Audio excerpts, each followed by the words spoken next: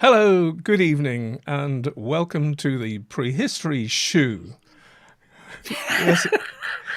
Look, folks, apparently the W and the E on the keyboard are quite close to each other. Who knew?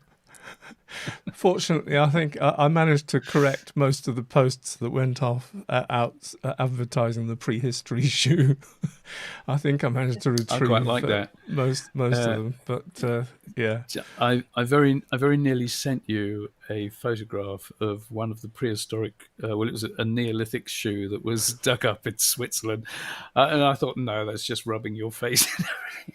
No, we should do. We'll have to do a show on the Swiss shoe and call it the Prehistory Show. No. Do you know what? We can do that. We can do that. It's not a bad idea. In fact, there are quite a few shoes from all around the world. We could, in fact, I do like the Scythian shoes. Yeah, maybe we should do let's do a show about shoes. All right, cool. Yeah. Welcome to the show. As I said before, it's so great to see so many of you here right at the beginning. 114 people watching, which I think is a record. So That's where great. are we going today? We're going taking you to Lewis. We're taking you Lewis, Scottish Island. We're taking you to China. We're taking you to Albania. We're taking you to the Netherlands. Did I remember that all right? And of course, later on, we're to be joined by our very, very, very, very, very special guest, Alison Sheridan, who's joining us all the way from Orkney. All that to come. Rupert, anything more to add there before I chunter on? Any more to add? Well, not really about the evening's show, I don't think, but we do want to do our regular thing. We need to be thanking. There's a lot of our patrons already watching. Yeah, and I don't know. Have I managed to mute you somehow, Rupert, or have you muted yourself? I don't know. You've gone completely quiet. Yes, well, no point in moving your mouth without sound coming out. No, I muted the guest. Did I mute? It says I muted the guest. Oh, my Lord. You see what I mean about finger trouble, guys? Apparently, I have muted the guest. Unmute. No, guest has muted themselves, apparently. I think that's your best job. Anybody that can lip read will be able to see that Rupert says, I will go away and come back in again. Off you go. Bye. In the meantime, I think Rupert was just about to say thank you to all our Patreon supporters, many of whom are here already. We couldn't do what we do without you, needless to say. And we hugely value your support. You seem to be... Man, no, I'm not. Managed to. Oh, thank you. Yeah, my mind was going all over the place. Anyway, let's move along quickly, because I was thanking our Patreon folk for their support, and without whom we wouldn't be able to do this. I have to say, we would not. Do you know what? It's one thing that we're guilty of. We do depend on Patreon support and support from other means. And we're not very good at asking for the help. We're not very good at, advertising ourselves, because it's to do with money and things like that. However, we'll say Patreon folk get all the advantage, if call it that, of being behind the scenes, getting stuff that's going on behind the scenes with us, making our films and all the stuff, the extracurricular stuff that Rupert and I are up to, and we hugely value the input and the support they give us.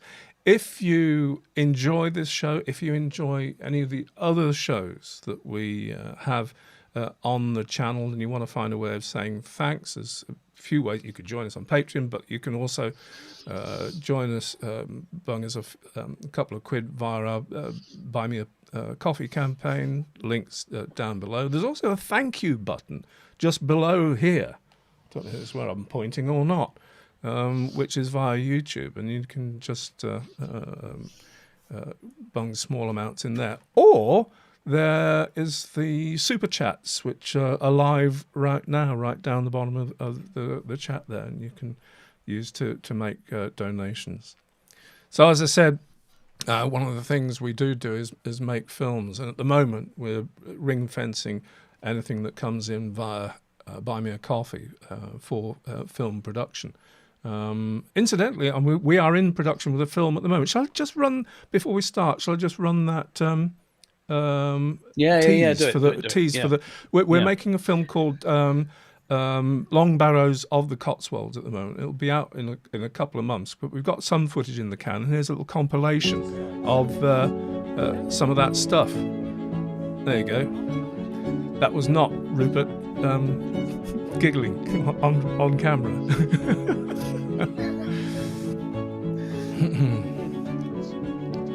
Alas, poor Yorick.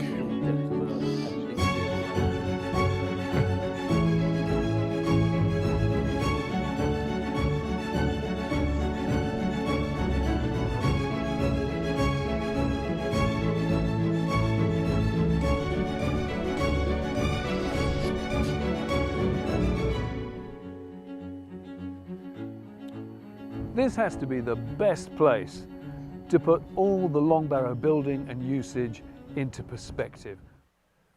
So there you are. Just in case all we did was sit here talking at cameras. We do like to get out and about, and it is our favourite thing to make films. Anyway, hope you enjoyed that. It certainly is. Enough said about all that. Let us move along.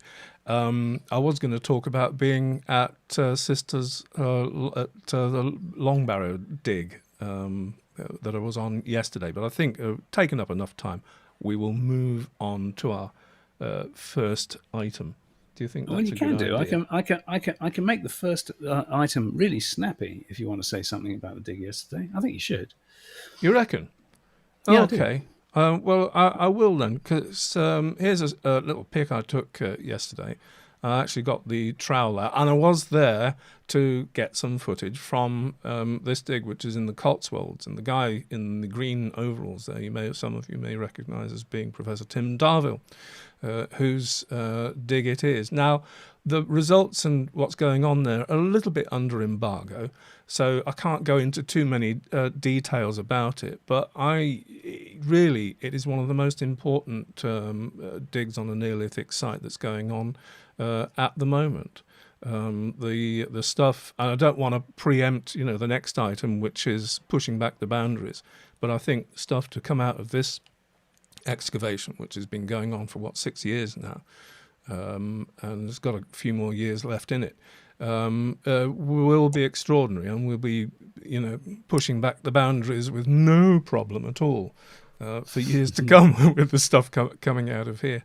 So would you believe that there are 2 Patreon subscribers in that picture as well? Ta-da! Which is very cool. Yes, indeed it is. And they are, just in case you thought I might have been idle, you see that metre-wide sort of strip in front of you? I personally stripped that back yesterday, just in case you thought I'm completely idle. I can hardly move today, but there we go. Enough said. Yeah. So it's a privilege to have been there. But of course, apart from actually doing a bit of troweling at the dig, Michael was also getting some footage for the end sequence of our Long Barrows film. So yes, you will get that in due course. So I've had a reminder in the chat as well before we just do that. Yes, do please click like underneath and subscribe on the channel so that you get alerts when we do stuff, because it makes a huge difference to YouTube showing things to people and all the rest of it.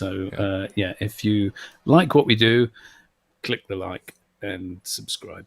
Yeah, that's it. Yeah. Well, that's a good Thank you question. very much. B. Griffiths, is there any realistic way to get to Wayland Smithy if you don't have a car?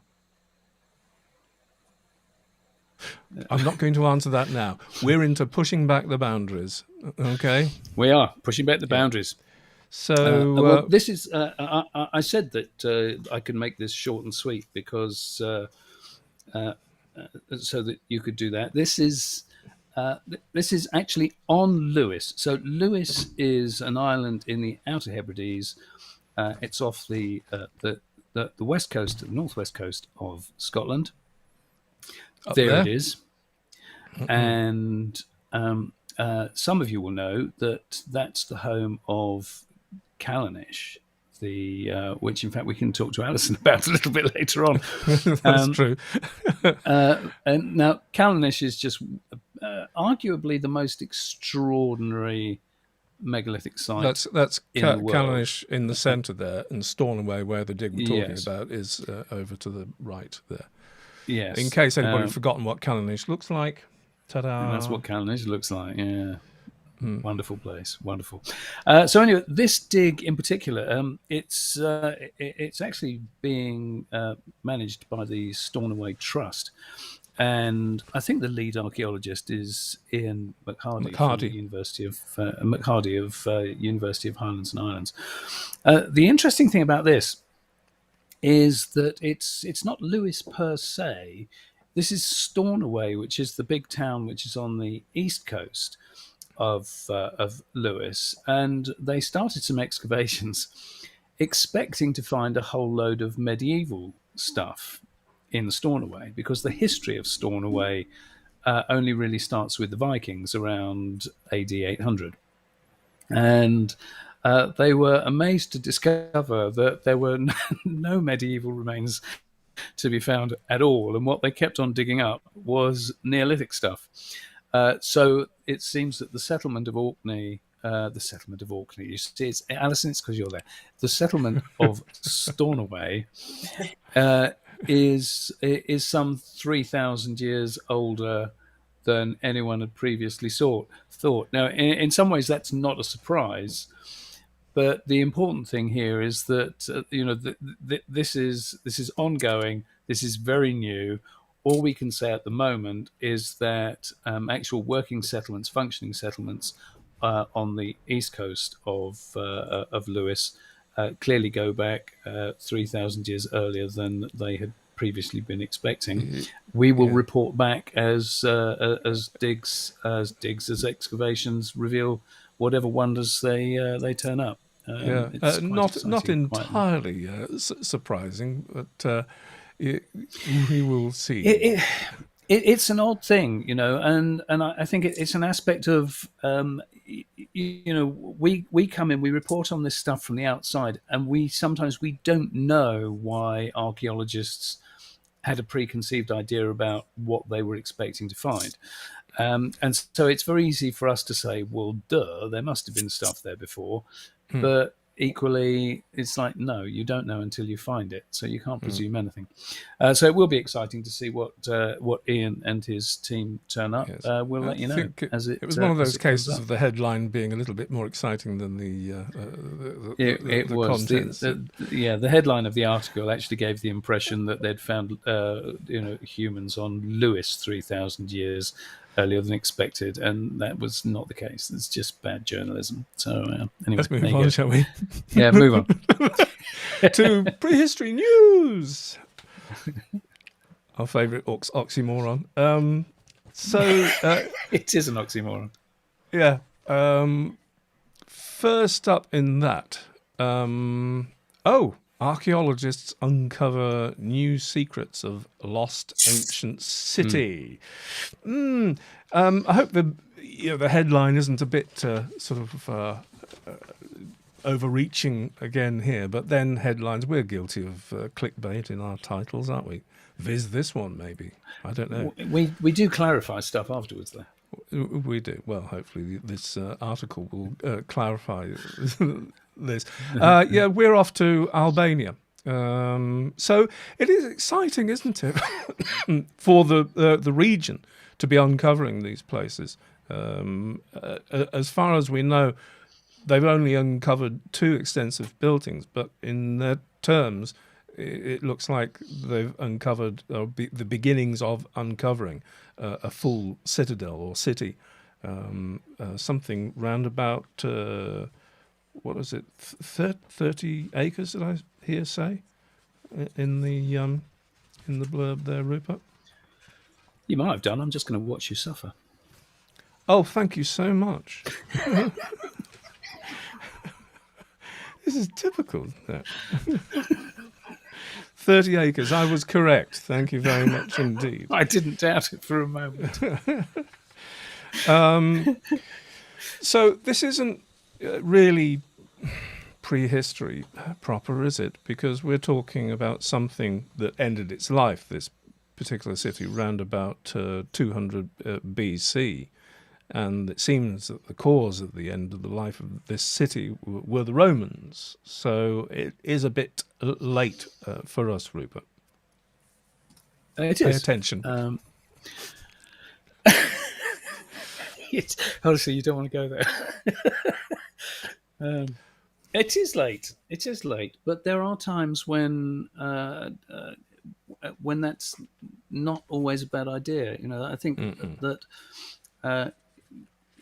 the whole notion of prehistory and history, you know, it's a very movable feast when you move around the world. And you know, something that we've talked about a lot is that you can go to various places in the world. Take ancient Greece or Egypt, which is distinctly historic, with stuff written down, and at the same time, you can go to anywhere you like in other parts of Europe, and it's totally prehistoric. No knowledge of anything at all, especially Britain. So just in case anybody's unclear where we're talking about northwest Albania up there, and a few pics of what we're looking at. And I suppose eventually they'll be striving to uncover the whole of that hilltop. You know, that's the extent, it seems, of what they've got so far. So article says, archaeologists who discovered the remains of 2 large ancient stone buildings at the top of a hill in Albania say they've now started excavating its highest point.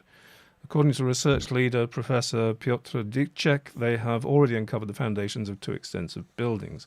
The original discovery of the lost city near today's Shkoda by the village of Bushat was made unexpectedly in 2018 when excavations first started. And in case you're wondering how they've got a city from just 2 buildings, back in 2018, they did find a city gate.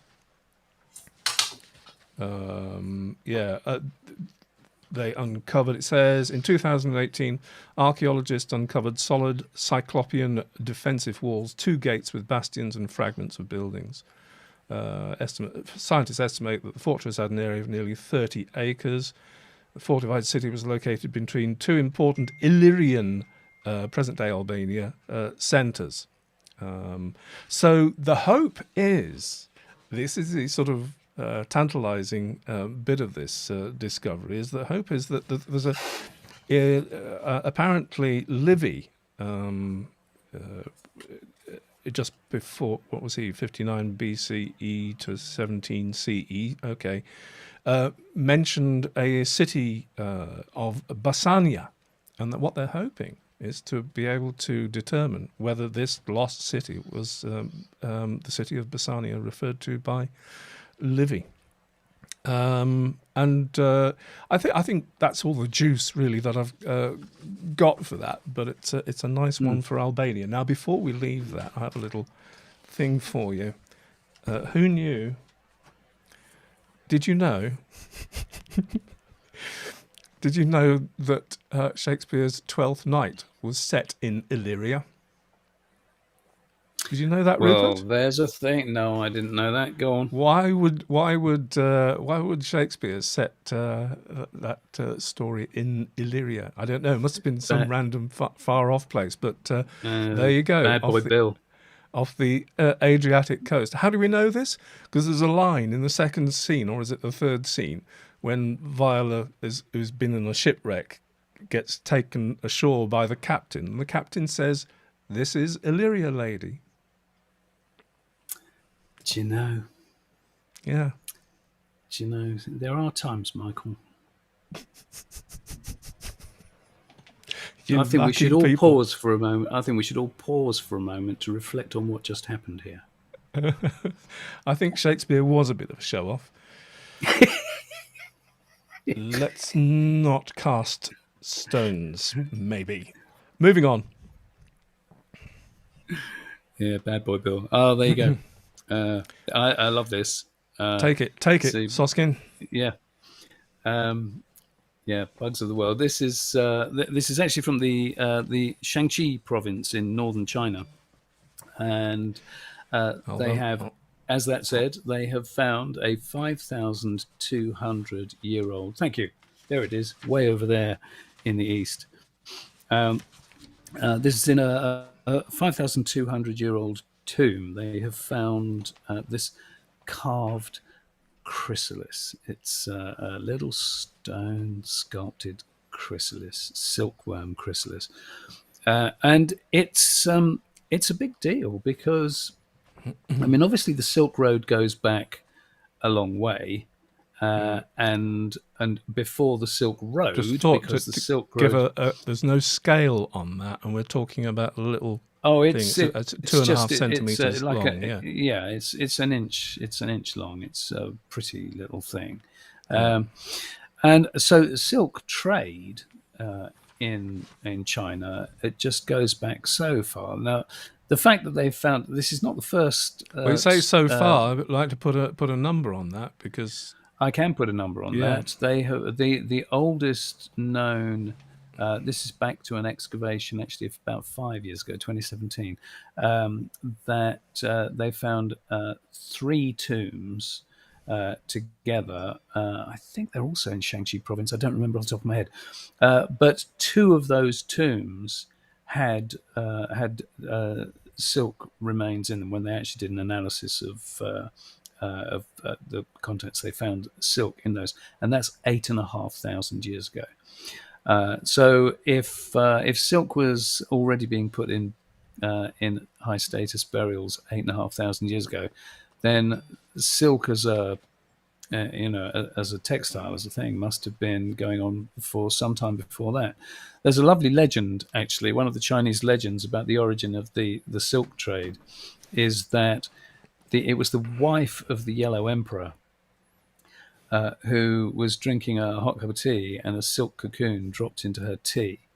And if you don't know, that's how they boil silk so that all the proteins that the caterpillars use to bind the silk together, if you put it in hot water, it dissolves, and that's how you extract or unravel the thread. And it is said that she could unravel, oh God, I can't remember how many feet it was. It's a kilometre of thread anyway, kilometre of silk from this one cocoon. And that's the legend of the origin of silk in China, except it's a load of nonsense because the Yellow Emperor died in, I think it's 2,900 BC, and these tombs are 8,500 years old. But there you go. I mean, this culture, it's a little bit blurred because it's the Yangshao culture. The Yangshao culture. And I mean, there was so much sophistication in their stuff outside of the use of silk. I mean, even their ceramics were just extraordinary for the period. Yeah, I've got a picture of it of ceramics. Just before we move on, this particular find there is dated to a bit considerably after the known origins of silk production It's What, dated to the pot that you're... I'm talking about the chrysalis. It's dated. The chrysalis is dated to 5,200 years. That's what I was trying to get clear. Yeah, it's a bit more Yeah. recent, and also to slip in there that it's thousands of years before the Silk Road opens. I mean, the Silk Road is what in the centuries before the turn. When it was given that term, I think we do have to, or we can't ignore the fact that the actual the movement of silk across the landmass in sections has been going back for thousands of years. The Silk Road as a continuous route ending in Italy, believe it or not, is a lot more modern. But the eastern side of it, that goes back a very long way. But nowhere near as far as this is. So it's not unrelated to we don't know. No, we don't know. Well, I thought just to be clear, because I think it was much later, because it was the Second Han Dynasty emperor that instigated the Silk Road. So that is a bit later. All right. I'm just saying. We're just being picky here, because just because somebody makes something official doesn't mean it wasn't happening before. Anyway, to the pottery, you're quite right to draw attention to. And look at that! It's beautiful. And this was produced at least 1,000 years before, for example, that one's was. Yeah, that one's 4th millennium BC. It's just stunning. And that's a fairly fair to middling piece of. I mean, there are much more fantastic and beautiful pieces than that. That is totally unique. But wow, just stunning. They knew how to do some stuff. We take you all over the place, don't you? And, that's the thrill of it. I mean, I don't know how much of this we can do. It's astonishing that we go to all these different items and go to so many places in space and time, and we're darting all over the place. I mean, do you think one day we'll actually ever be able to join the dots, or will we have forgotten where we started, what happened 2 months ago, so we'll never be able to... I don't think we will ever be able to join the dots, and I think if we ever did, then we would have to question whether we were joining the dots in the right directions anyway. Exactly. Anyway, we hope we can help build up a tapestry of stuff going on in the world for you folks out there. Okay, where are we now? Let's just move on. Research into grave goods sheds new light on traditional roles. And it says traditional male-female roles. I said stepping into uncharted waters. Let me read. New archaeological research into grave goods and skeletal material from the oldest grave field in the Netherlands shows that male-female roles 7,000 years ago were less traditional than was thought. The research was conducted by the multidisciplinary team of researchers led by ARCOL, the National Museum of Antiquities, and Leiden University. I could read more there. Anything before we go on? Let me just do this so we know where we are. There we are. It is the Elslu grave field. The municipality of Stein, Limburg. Dr. Luc Amkreutz, curator of prehistory at the National Museum of Antiquities and professor by special appointment of public archaeology at Leiden University, was the man behind it. So what happened was the researchers examined the grave goods and skeletal remains so that they could determine the sex and age of some of the deceased from the cremation remains. This enabled them to conclude that flint arrowheads and stone axes, which are traditionally attributed to men, are also frequently found in women's graves in the Elslu field. So far, so good, Rupert? Yeah. I think it's about time. But, the last time we talked about anything like this, and it was about a warrior burial. just it's always been the case.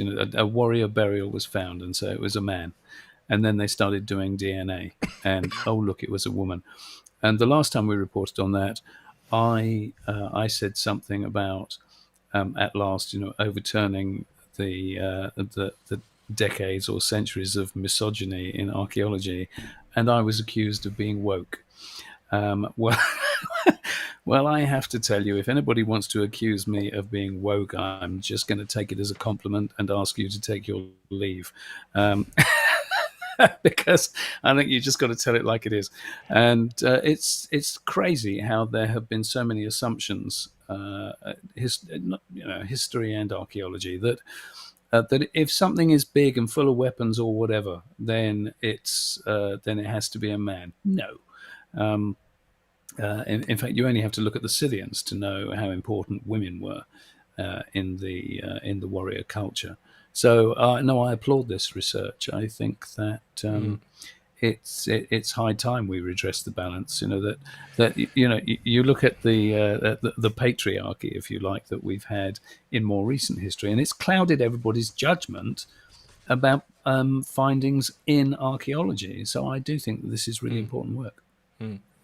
I do get the impression, I did sort of skim, I couldn't, it was quite a long and wordy one. The paper itself, it is evidence-led. It doesn't have an a priori position to that he's adhering to. Didn't have time. Should have been digging deeper. Maybe, and read the whole thing. It's not quite as clear as the article tries to make out. I mean, there is detail, like it says, almost all of the grave goods had been intensively used, regardless of the sex and age of the deceased. The goods seem to be specific utensils that belonged to the deceased's relatives and were deliberately placed in the grave. So there's a bit of a grey area there, about who the articles may have been associated with. But on balance, looking at his own evidence, it seems that Lars, was it? Luke, beg his pardon. Seems that Luke was led by his evidence on that one. Is that all we're going to say on that one, Rupert? I think still there. I think the point is, I am. It's you just went blippy for me, and I always panic quietly that I don't know whose signal is breaking up. So I just keep my fingers crossed that it's not me. And no, you're crystal clear. And do you know what, Rupert? Excellent. Tell you what, we're bang on time. The time we said we would do this thing. And that is introduced to you, or she may already be familiar to a good few of you. And it's time to bring on our special guest. Let's just sort of do a little by way of introduction first. Well, if I keep that on the screen long enough, you can read that little snippet for yourselves. We would be well past our bedtime if I read out all the accomplishments of Alison. So I'll tell you what. I'm just going to check. Are you there? Yes, you are, Alison. Do I need? Hello. Yes, you're already assigned to be guest two. So let us, without further ado, there she is. Hello. Hello, everybody. It's so good to have you on. We've known Alison for quite a while now, and she is a veritable tour de force in the archaeological world. We do enjoy working together. And welcome, Alison. It's so good to have you on. Because we're very envious of the fact that you are right up there on Orkney at the moment. That's right. How's it going? We're having a fantastic time. But before that, I just want to say, love the show so far. Luke Amkreutz is wonderful. The Elsleur Cemetery, it's a linear bank ceramic, early Neolithic cemetery. Forgot to mention. Fantastic. Yeah. Evidence-led archaeology is the way to go. You have to approach the past with an open mind. Fantastic. And silk-wise, I can join a little dot for you, because on the way up here, I came on the ferry from Aberdeen, where in the art gallery they have the Galloway Hoard exhibition, which just opened last Saturday. And in the Galloway Hoard, which was buried at 900 AD in Galloway in southwest Scotland, there is silk. Yeah. And Susanna Harris from the University of Glasgow has been able to, she's working on it at the moment, but they think the silk is from Asia. So fantastic. Long distance stuff. Jaw on That is floor. fantastic. Yeah, and I have to say that's something that is always a joy for us, is that it doesn't matter what anybody says, you know something about it. I just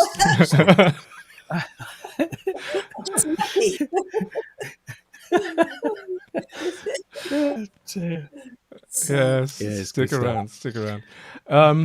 Listen, and Alison's home is Edinburgh. She doesn't live on Orkney. You're paying a visit, along with several other eminent archaeologists at the same time. It seems. What happened? Why did you all migrate?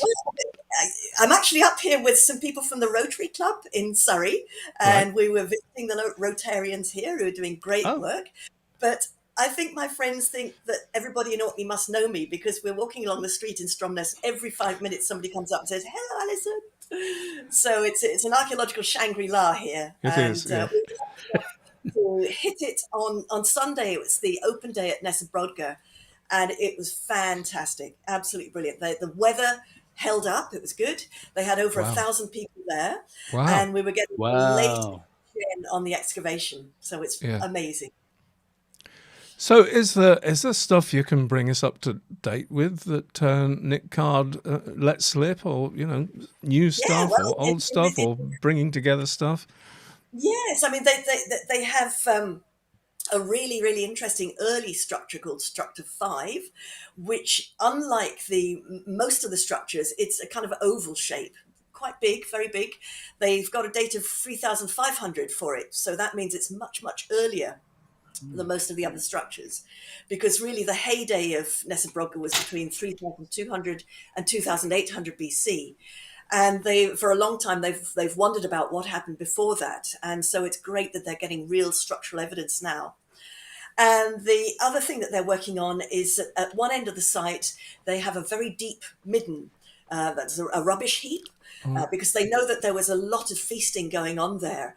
And underneath the midden, there is a structure that is incredibly well made, with very, very, very long bits of Orcadian sandstone. And they're puzzling out as to what that structure could be and how old it is. It might not be much older than 3,200 BC, but it's absolutely fascinating, and it's intriguing because they've got rubble inside it, and they are digging so carefully that we might have to wait another season or maybe 2 seasons before they really get to the bottom of it, literally. So it's an unfolding story, and they're just doing such wonderful work. I urge you all to support Nesebrodgar, and they have a fantastic website. They're extremely good. Yeah. They have a daily dig diary. So if you Google Nesebrodgar, you can find out all the latest gen from them, and they're really nice people. Yeah. Kate says, got to meet Sue Greeny at the nest. Very sad she missed you. Oh, I'm so sorry. But I was delighted to see Sue Greeny. I mean, it's just it's fantastic. Tiny little world. And I've been emailing with somebody else from Archaeology Scotland about Archaeology Scotland's magazine. And she said, "Oh, great. Greetings from sunny Orkney." So I was thinking, yes, I'm in sunny Orkney too. So I'll probably meet her tomorrow. But the other exhibition we were able to visit was Swandrow, which is the site on the south coast of Rousey that Steve Dockrell and Julie Bond have been excavating for some time now. And it's a wonderful site, but it's being lost to the sea. So it's in the next bay along from Westness, which is famous for the amazing Pictish Viking cemetery there. And it's a complicated multi-period site, with what looks to be a passage tomb at the very bottom. But the trouble is that there is such a big problem with coastal erosion that it's eating away the site. yeah, from the underneath. So it's scouring out the sand and it's making things unstable.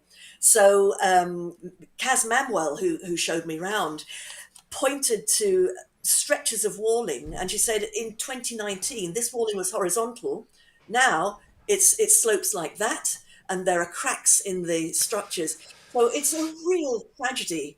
And so they're digging as fast and as hard as they can, but as carefully as they can as well. So essentially, you've got an Iron Age structure. This is the site where there was this fantastic stone connected with metalworking, where they found the fingerprints, oily fingerprints that are about 2,000 years old on it. And then they have late Iron Age stuff, and I think there must be some Norse, Viking material there as well. So it's a lovely site, and they've got one more week to go.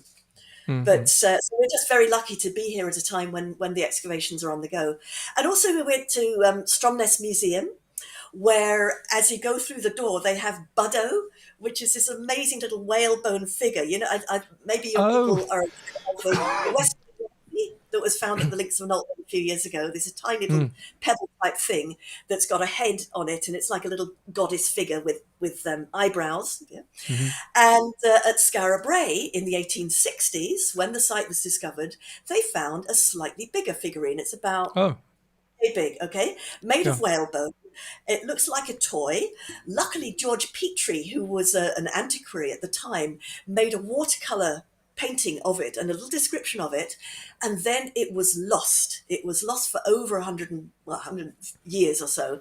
And in 2016, I was up with my ex-boss or ex-box, David Clark, who was the former keeper of archaeology in the National Museums, Scotland, and he excavated at Skara Brae in 1971, 1972. And he was keen to see the items from Skara Brae that were in Stromness Museum.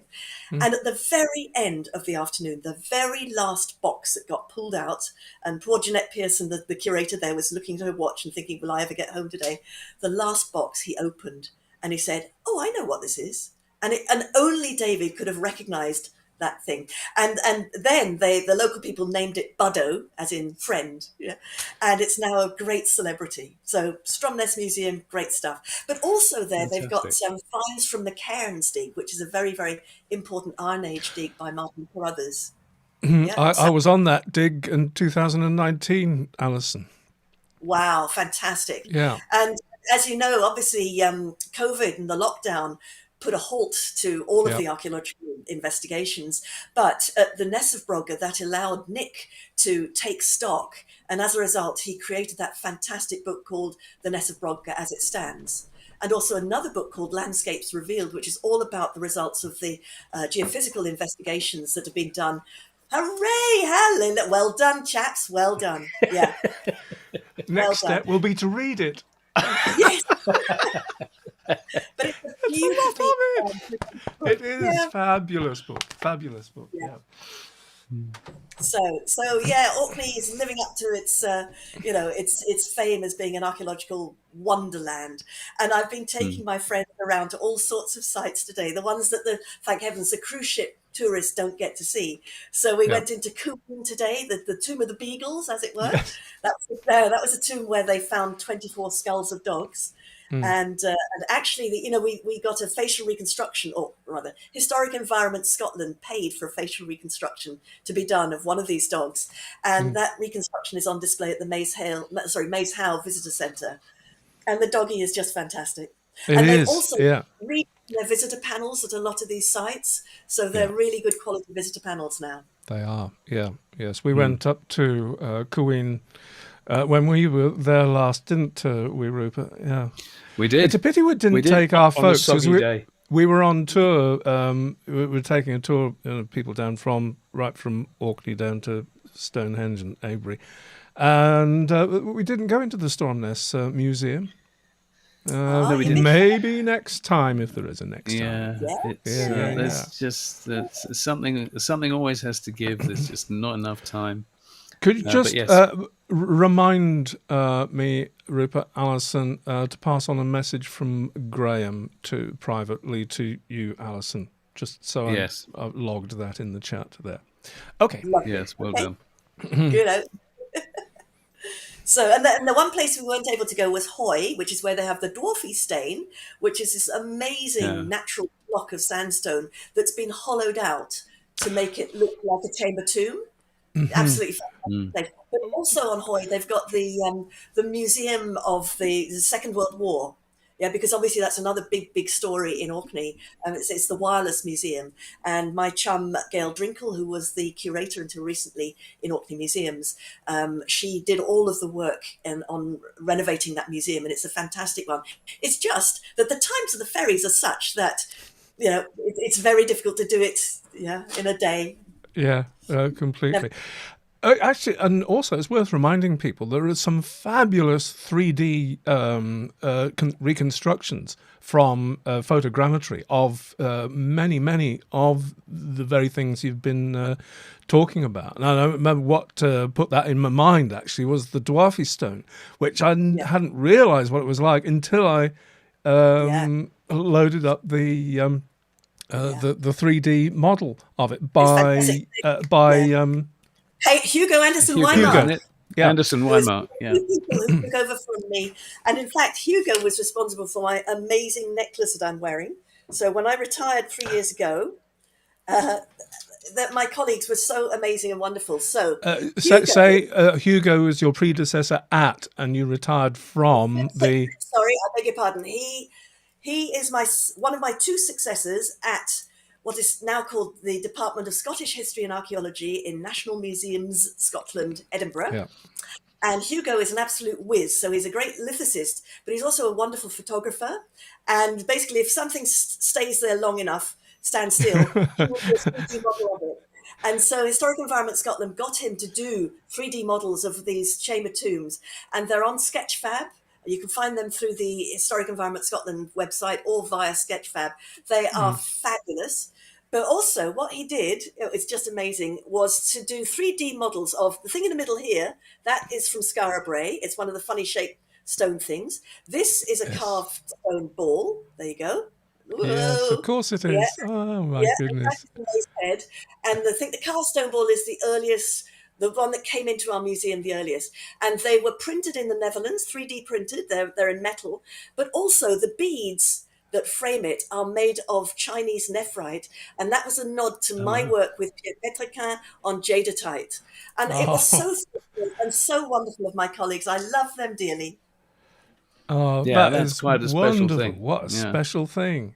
Quite extraordinary. I don't suppose there's any chance of visiting the Tomb of the Eagles anymore. Well, the visitor centre closed down. Well, I think the poor ladies who were running it, they found it's a big responsibility, but also during lockdown, it was a really bad time. And and of course, it's private land, so you don't really want to go and put your car on what is effectively somebody's private. So I don't know whether the tomb itself is accessible any longer. Somebody had said recently somebody had blocked the entrance off, so clearly people aren't too happy about people going there, which is a shame. However, in Orkney there are many chamber tombs.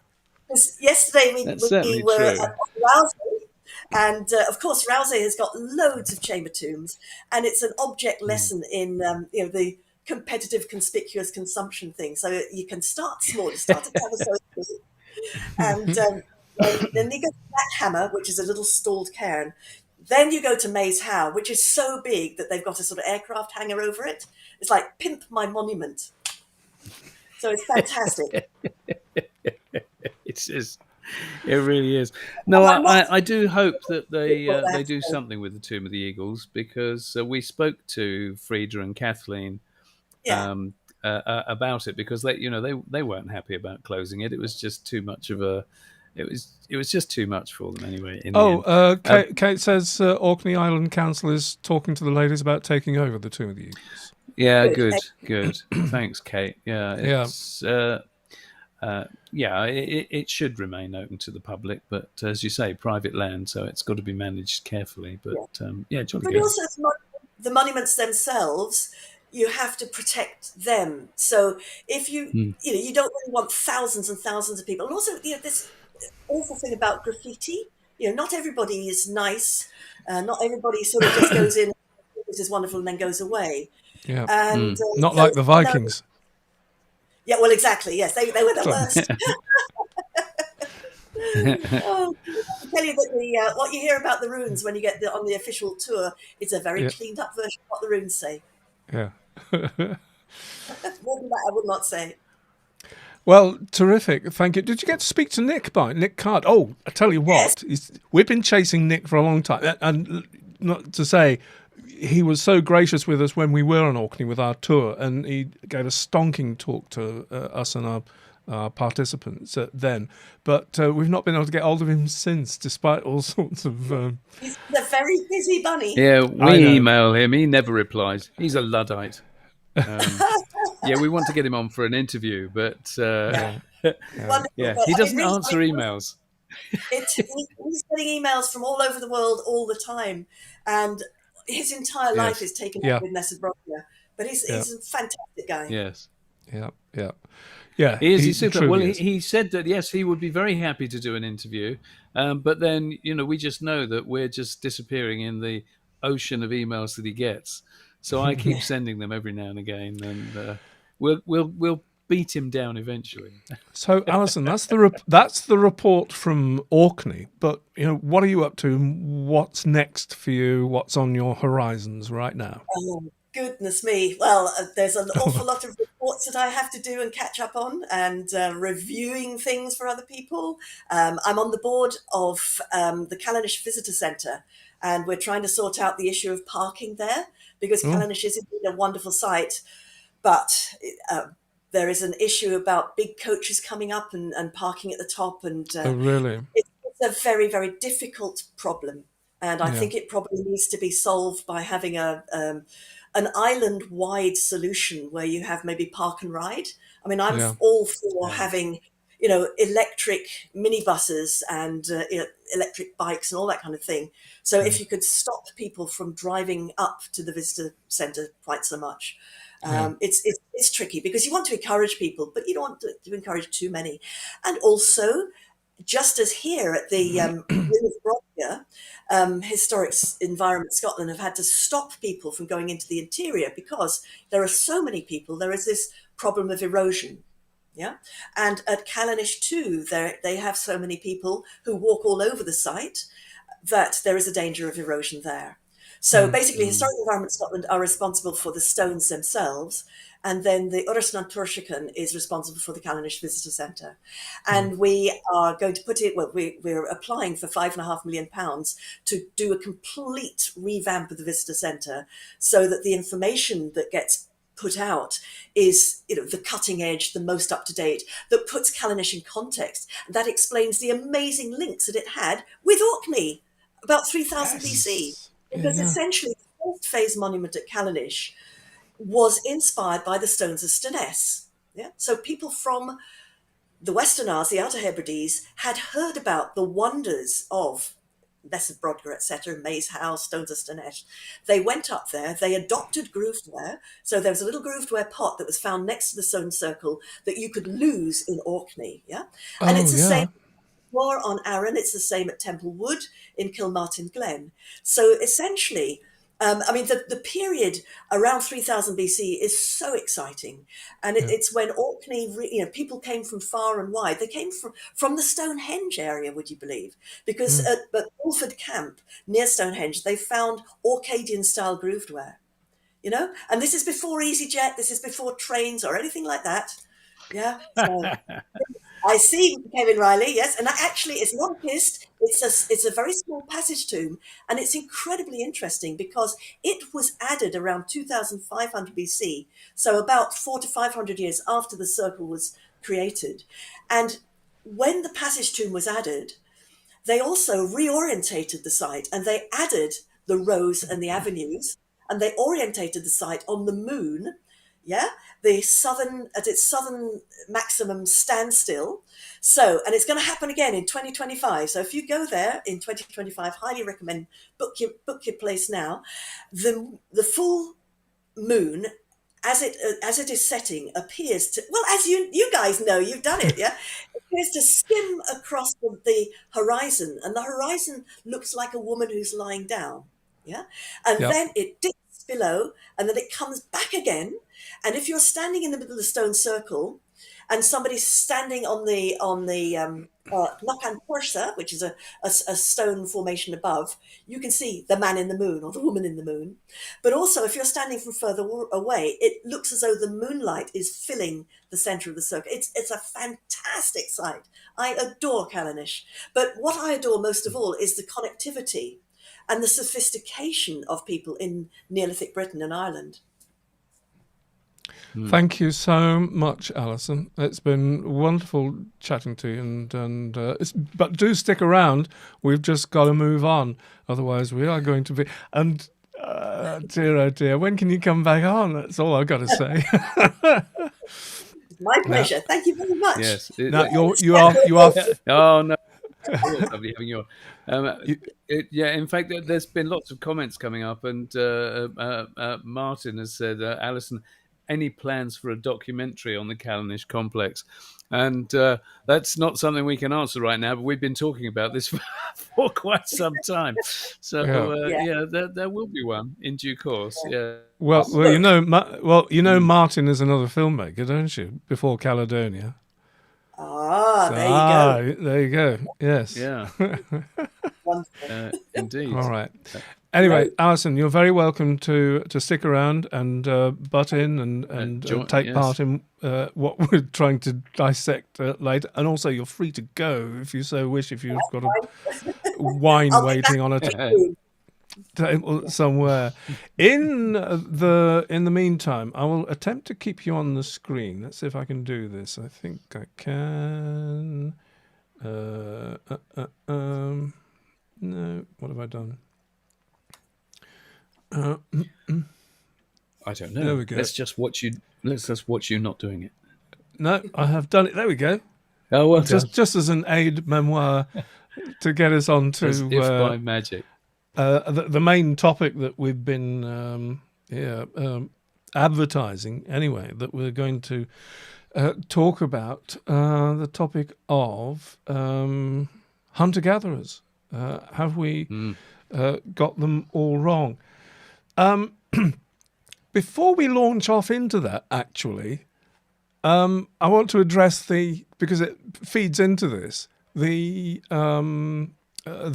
thumbnail that we used to advertise this show and the remarkable reconstruction of a burial from I've forgotten where it is now.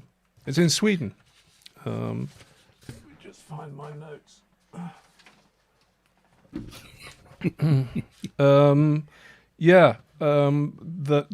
We used the back view of this, and this is a 7,000. This lady is from a burial 7,000 years from 7,000 years ago in Sweden, in southwest Sweden. So she's at the back end of what we might call hunter-gatherer tradition in this part of the world. Just a little note there. See that head cap that she's got? Apparently the belt she's wearing featured teeth from deer, wild boar, and moose, and her cape was fashioned from crow, magpie, gull, jay, goose, and duck feathers. So there we are. I just thought I'd mention that, because last of the hunter-gatherers feeding into what we've got to say. Now tell us, Rupert, what kicked us off? Why did we choose this subject? What was the spark that ignited this little... What kicked us off was we did an interview with Dr. Lee Clare, who is the coordinating archaeologist at Göbekli Tepe. And it is astonishing how people got really emotional and ranting and saying some pretty rude things to us, saying what idiots we are to suggest that these amazing sites were built by hunter-gatherers. Well, I've got one particular quote in. Go on, stick it up. Stick it up. Here you go. There you go. You'll lose all credibility clinging to the idea they were hunter-gatherers. This site proves beyond all else that your theories are wrong. And until you address and admit your failure, those are his capital letters, you will never be taken as credible again. And so, yeah, Mike and I thought that we we ought to address this, because what hunter-gatherer means is not farmer. Okay? It doesn't mean simple. It doesn't mean primitive. It means not farmer. And there are so many astonishing hunter-gatherer cultures and towns and settlements that go back into deep prehistory. The one that always screams at me is Catalhoyuk in Turkey, Anatolia, where you've got this big settlement that at its height, it was home to many thousands of people. And we're talking about a date range. It's plonked 9,000 years ago as when it was at its height, roughly. And there's no farming going on here. These are people who are going out, and whether it's, you don't need to go out and kill that many large animals, whether it's an aurochs or a bunch of antelopes. You don't need that many to feed an awful lot of people. And the amount of sustenance that could be found by, harvesting of wild crops, you don't need to be farming. The oldest known, it's one of my favorite stats, actually, the oldest known toast is actually from Natufia. It's dated to 14,000 years ago. And so this is bread made from wild grains. You don't need to be farming. You can just go out and harvest the grains. So this notion of hunter-gatherer meaning simple is just wrong. And, and it's something that people really need to get that straight, because it's stopping people. If you get stuck in that rut of believing that hunter-gatherer means primitive, then it's stopping you from actually seeing the realities of how that particular civilization or culture would have existed within their world, within their environment. Yeah. That was why we wanted to talk about it. I think there are many veils of mystification around Göbekli Tepe that feed into this notion. First of all, the idea originally that Göbekli Tepe was purely a temple or a gathering place for itinerant people that would come to it at a particular time, but now it's emerging more and more. It was a settled site with channeled water and all the rest of it. It is quite a hard thing once you've got this idea in your mind of hunter-gatherers having to be mobile, to have them settled or sedentary in this particular. Well, you're thinking, well, how did they do that?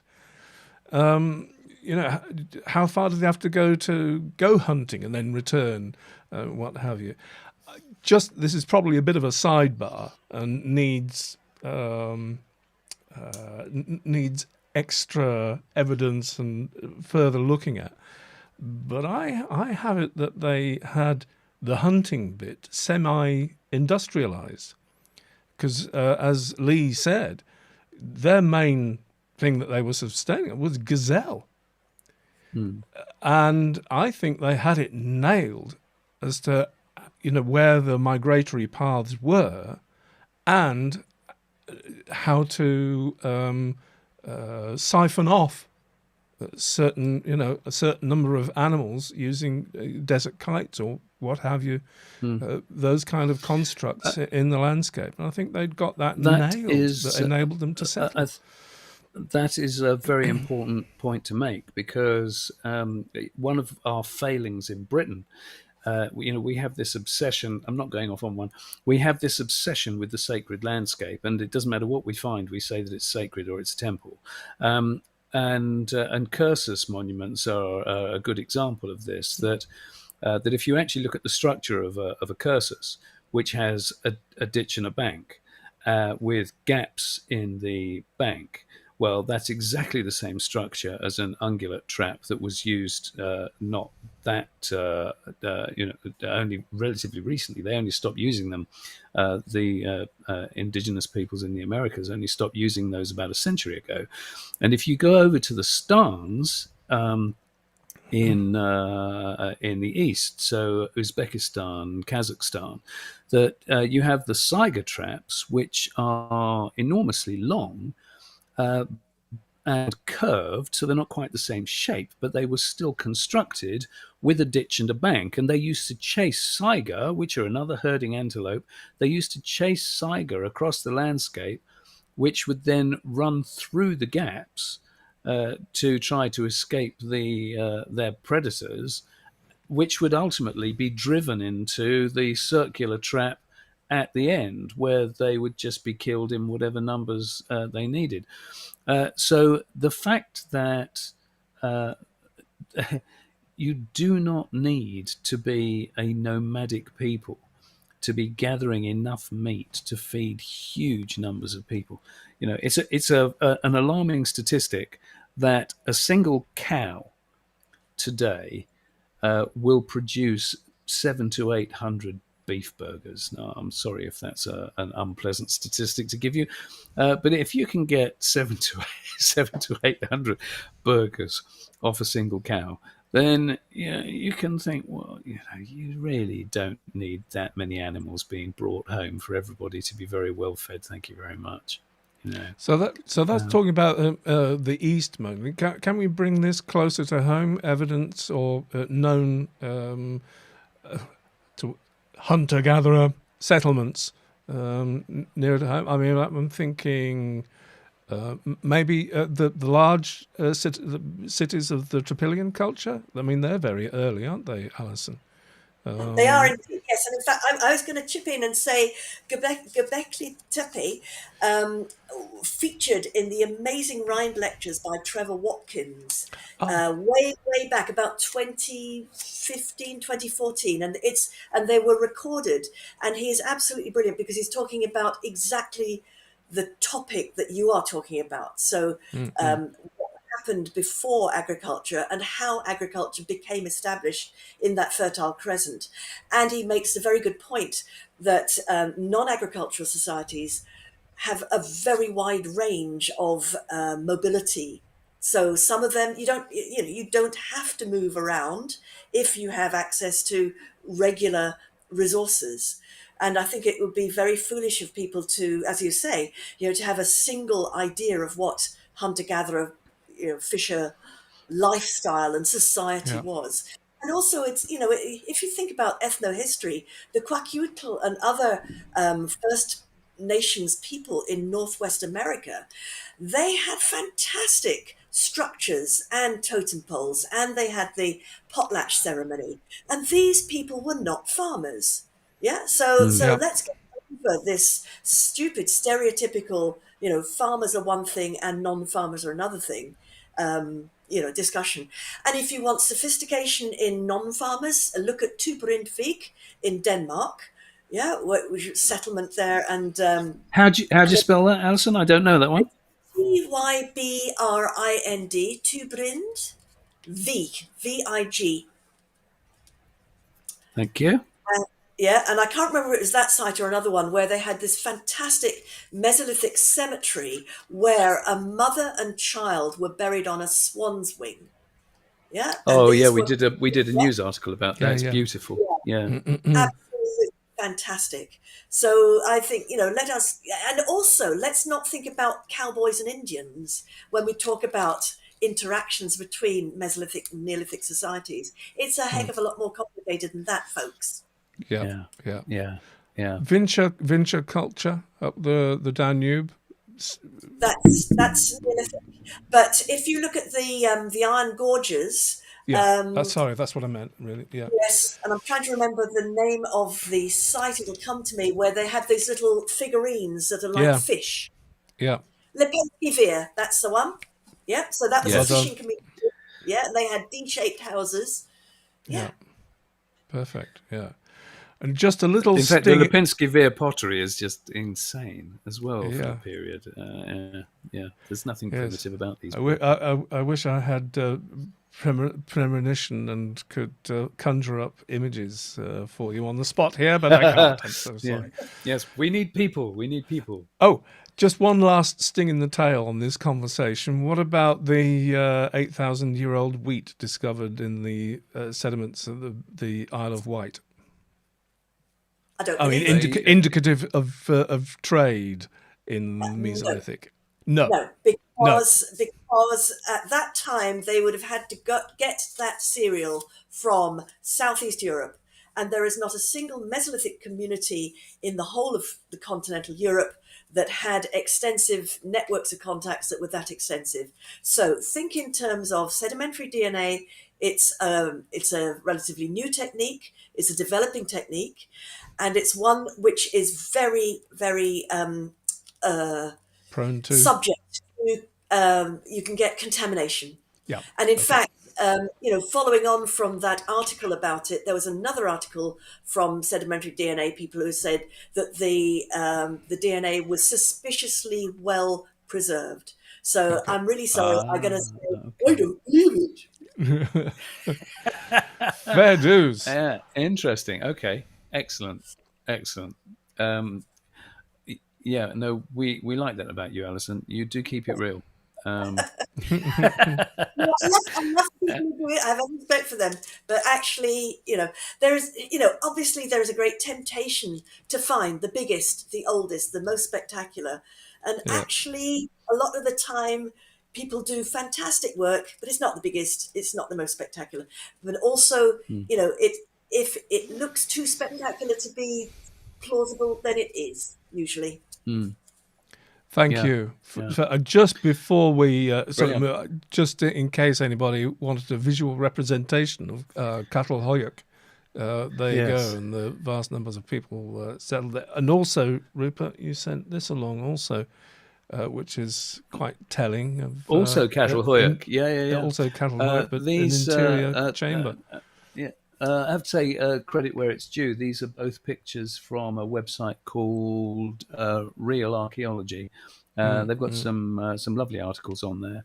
But you can see, from that previous picture, if you're not familiar with Cattle Hoyuk, that the scale of that settlement, and these were not farmers. So that just illustrates the point perfectly, that you can't say that people were primitive and nomadic just because they weren't farmers.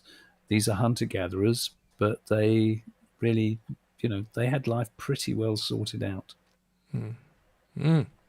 Cool. So have we sorted? Have we delivered on that? Have we done what it said on the tin? I like to think so. Have we got hunter-gatherers wrong? Yes, it seems definitely like we have. Yes, definitely. Yes.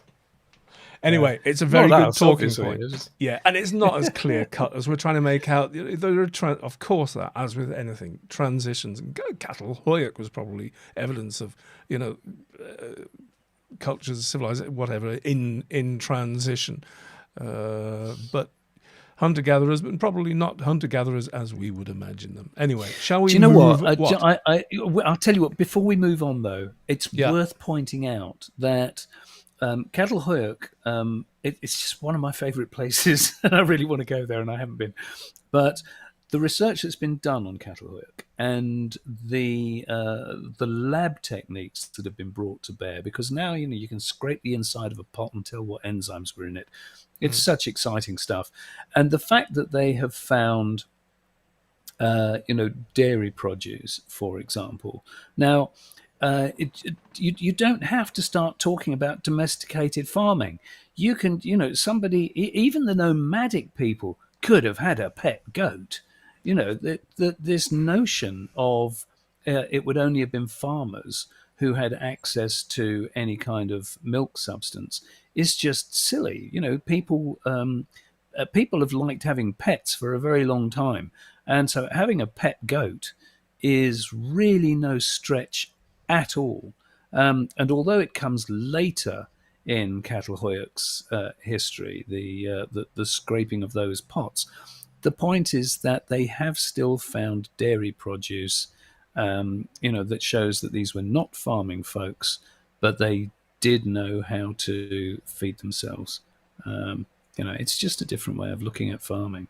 Alison, you look like you're going to say something. Yes, I mean, KW Green, yes, I thought they were farmers at Chattel. Yeah, and again, I think if you, look at the websites about Chattel and also look again at Trevor Watkins' lecture, I think you'll find, again, it's a pretty complicated story there. So it's, so they weren't, they weren't nomadic, but they weren't completely wild. Yes. On wild resources. It's very much a crossover history, isn't it? I mean, it takes you through the full transition.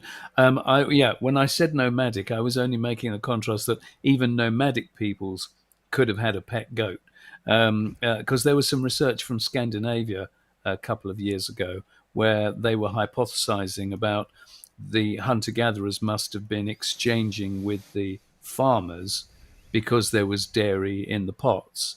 And I just thought that's just the most ridiculous extension of the evidence, because anybody can have a pet. Anyway, that was it, really. I was just going to say, Alison is quite right. Rupert and I have been pronouncing it wrong. It is Chattel. Chattelhoyuk. Yes, I've been saying Cattle. It's old habits die hard. I've been calling it Catalhoyuk for so many years that now my mouth just opens and rubbish comes out. I apologise. Yeah. Okay, I'm going to move along and stick around, Alison. You'll probably disappear from the screen, but it doesn't mean you've gone. And what we're going to do now is flag up our next live show, which will be our Q&A session on Thursday, the 18th of August. So that's 2 weeks hence. Normally it would be next week, but I'm going to be on Anglesey, so I won't be able to do that. It's an interesting thing. We do 2 regular live shows, Rupert.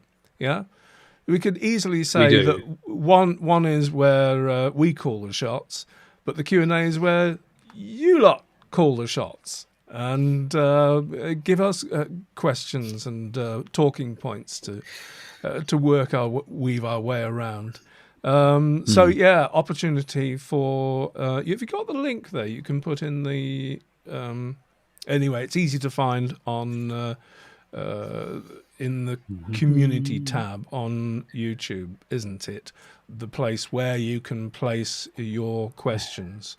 It's easy enough for patrons to post them. They've got their own slot. They can put their own questions for the Q&A on. That's okay, but for the rest of you out there, there is a special place which Rupert's trying to get the link. You keep going. I'll also put the link when I post up the link for the show itself. I'll put the link in there. That'll be it next Thursday, 18th of August. Do you know what? It is these questions a lot of the time that really keeps us going, because there are so many avenues that we wouldn't dive down if it weren't for some of those questions that come our way on the monthly Q&A. Is that not true, Rupert? Michael, you have to say that again, because I wasn't paying any attention to you whatsoever. Oh, do beg your pardon. No, it's okay. You don't need to answer. I was just saying, I've just put the post in the. I've just put the link in the chat. That's all. Oh, terrific! Yeah, go there and put your questions in. Make them sensible, obviously, and about prehistory. I'll tell you what, we do get some weird ones. We do get some weird ones. Which secular cats, you know who you are. We have a funny follower who just puts ridiculous questions up for us, which some of which can't be repeated, and so they're always funny to read. But no, we never put them. Also, if you can think in terms when you're asking the question, think in terms of whether I'll be able to fit it on the screen as well. Just a thought to keep in mind. You won't be disbarred if your question is long and meandering, but if you can keep them down a bit. That would be great. All right. Anything more to say about that? I can't think. No. The job is done. Move along. Move along. We are moving along to what we call there we go. Whimsy. We always have a bit of whimsy at the end of the evening. We like a bit of whimsy. I don't know how familiar, Alison, you are with this story. And actually, we're calling this whimsy, but it has a very serious, from our point of view, aspect to it. And the whimsy is having thought something was one thing and then discovering it's a bit weird and is something else. It's something is where the whimsy is. But it's also a serious topic, so much so that we're doing a special. We've recorded it, actually. We're doing a special about it, which will be out within the next week. And the special is called Why Stonehenge Isn't a Henge and What is a Henge Anyway. So you got that to look forward to. In the meantime, this is us being whimsical about how the word henge actually got coined. And if I do that, that is the cover of a book called, as you can see, Archaeology in England and Wales, 1914 to 1931, from Thomas Kendrick and Christopher Hawkes. And I do believe that what you're looking at actually is the cover of a book actually owned by one Timothy Darvill. Am I not mistaken there? Yeah, no, quite right. That is Prof. Darvill sent us that when we asked him the question. And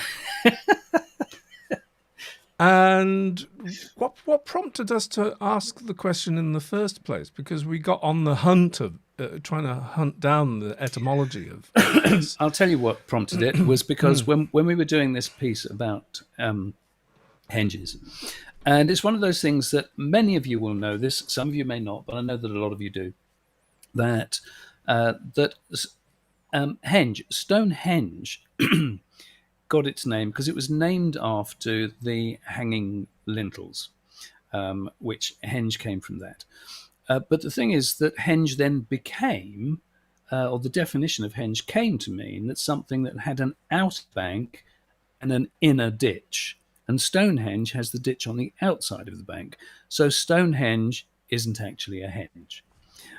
Now, completely ridiculous when the whole name came from Stonehenge originally. So I emailed Tim in the first place to say, clearly this is ridiculous. How on earth did this ever come about? If it's named after the lintels and no other site has lintels, how is every other place called a henge? Anyway, so Tim sent us this. Take it away, Michael. Well, and the assumption was, we did in the interim discover that Thomas Kendrick, whose cover of whose book I just showed you, was responsible for coining the term henge. And we were thinking, well, really? Because it's out of nowhere. It doesn't have any root to it apart from the bit coming from Stonehenge. So I'm going to show you now the heading of chapter 7 in the aforementioned book, and here it comes. Chapter 7, The Henge Monuments, in inverted commas. And as you can read, it says, under this rather curious heading, I'm going to group a number of prehistoric sacred places which I cannot or dare not sort out into period chapters. I choose the title, of course, because Stonehenge and Woodhenge come first in the list. And you can see the next section is Stonehenge in a very short little chapter, actually. This is just about work that was done in the sort of interwar years. So there isn't a vast amount to write about, but the point is that it didn't make up the word to describe what he's describing. He just used it as a catch-all, as a handy sort of shorthand to describe what he was going, because not only was going to talk about Stonehenge and Woodhenge, but he was also going to include Avebury and a bit of Dorrington Walls and somewhere else that I've forgotten. So he didn't want to, he couldn't group them, so he just invented the word henge by taking the henge off the end of Stonehenge and Woodhenge and tagging it on the top of his chapter. If only he'd known. Yes. If only he'd known. It remains a complete mystery to me how they're still called henges today. I mean, it's shocking. It's quite shocking, really. Yeah. But that was the bit of whimsy. Probably not. No, I didn't think we'd ever find that out. But thank you to Tim. Now, I have to say, what we didn't know is actually pursuant to that, much later on in the 1987 we're talking about, Mr. Darvall himself was responsible for a 40-page document wherein he himself defines the word henge. It's his fault. It's something with, and I can't think of anything earlier than Tim's thing where it stipulated that a henge has to have the ditch on the inside. So it's Tim's fault. Looking at you, Tim.